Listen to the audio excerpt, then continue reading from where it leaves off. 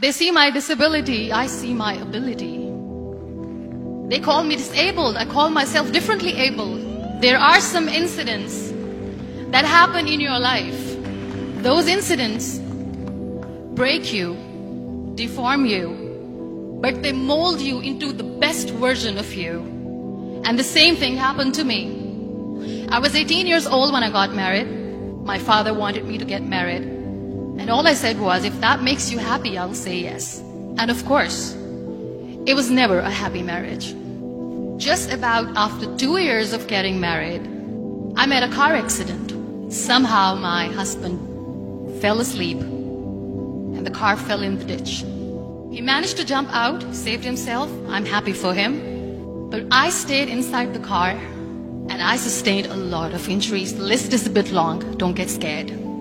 The wrist was fractured. Shoulder bone and collarbone were fractured. My whole rib cage got fractured. And because of the rib cage injury, lungs and liver were badly injured. I couldn't breathe. I lost urinary bowel control. That's why I have to wear the bag wherever I go. 3 vertebrae of my backbone were completely crushed. And I got paralyzed for the rest of my life. I finally ended up in a hospital where I stayed for 2.5 months. I underwent multiple surgeries. One day, doctor came to me and he said, well, I heard that you wanted to be an artist, but you ended up being a housewife. I have a bad news for you. You won't be able to paint again because your wrist and your arm are so deformed, you won't be able to hold a pen again. Next day, doctor came to me and said, your spine injury is so bad, you won't be able to walk again. Because of your spine injury and the fixation that you have in your back, you won't be able to give birth to a child again. That day, I was devastated. I asked my mother, why me? And that is where I started to question my existence. Why am I even alive? And that is where I realized that the words have the power to heal the soul. My mother said to me, this too shall pass. God has a greater plan for you. I don't know what it is, but He surely has. And in all that distress and grief, somehow or the other, those words were so magical that they kept me going. One day I asked my brothers, I know I have a deformed hand, but I'm tired of looking at these white walls in the hospital and wearing these white scrubs. I'm getting tired of this. I want to add more colors to my life. I want to do something. Bring me some colors. Bring me some small canvas. I want to paint.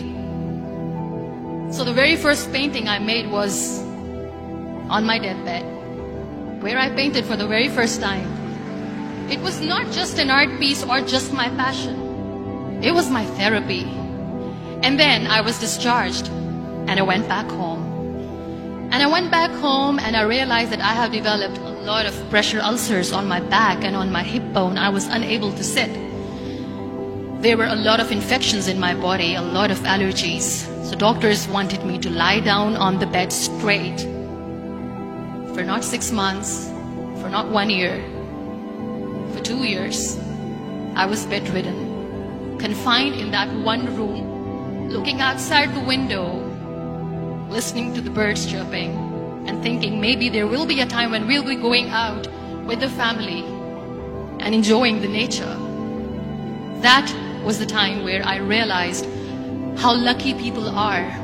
That is the time where I realized that the day I'm going to sit, I'm going to share this pain with everyone to make them realize how blessed they are, and they don't even consider them lucky. That day I decided that I'm going to fight my fears. We all have fears. Fear of unknown, fear of losing people, fear of losing health, money. We want to excel in career, we want to become famous, we want to get money. We are scared all the time. So I wrote down one by one all those fears. And I decided that I'm going to overcome these fears one at a time. You know what was my biggest fear? Divorce. I was trying to cling on to this person who didn't want me anymore, but I said no. I have to make it work. But the day I decided that this is nothing but my fear, I liberated myself by setting him free. And I made myself emotionally so strong that the day I got the news that he's getting married, I sent him a text that I'm so happy for you and I wish you all the best. And he knows that I pray for him today. Number 2 was, I won't be able to be a mother again. And that was quite devastating for me. But then I realized there are so many children in the world, all they want is acceptance. So there is no point of crying, just go and adopt one. And that's what I did. People think that they will not be accepted by other people because we, in the world of perfect people, are imperfects. So I decided that instead of starting an NGO for disability awareness, which I know will not help anyone, I started to appear more in public. I started to paint. I decided that I'm going to join the national TV of Pakistan as an anchor person. And I've been doing a lot of shows for the last 3 years.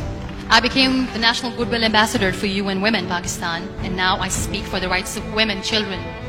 We talk about inclusion, diversity, gender equality, which is a must. Every time I go in public, I always smile.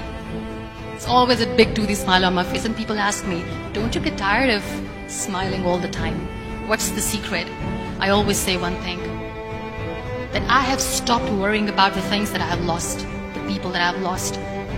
Things and people who were meant to be with me are with me. And sometimes, somebody's absence makes you a better person. Cherish their absence. It's always a blessing in disguise. Live your life fully. Accept yourself the way you are. Be kind to yourself. Be kind to yourself. I'll repeat, be kind to yourself, and only then you can be kind to others. Love yourself and spread that love. Life will be hard. There will be turmoils, there will be trials, but that will only make you stronger. So when you accept yourself the way you are, the world recognizes you. It all starts from within.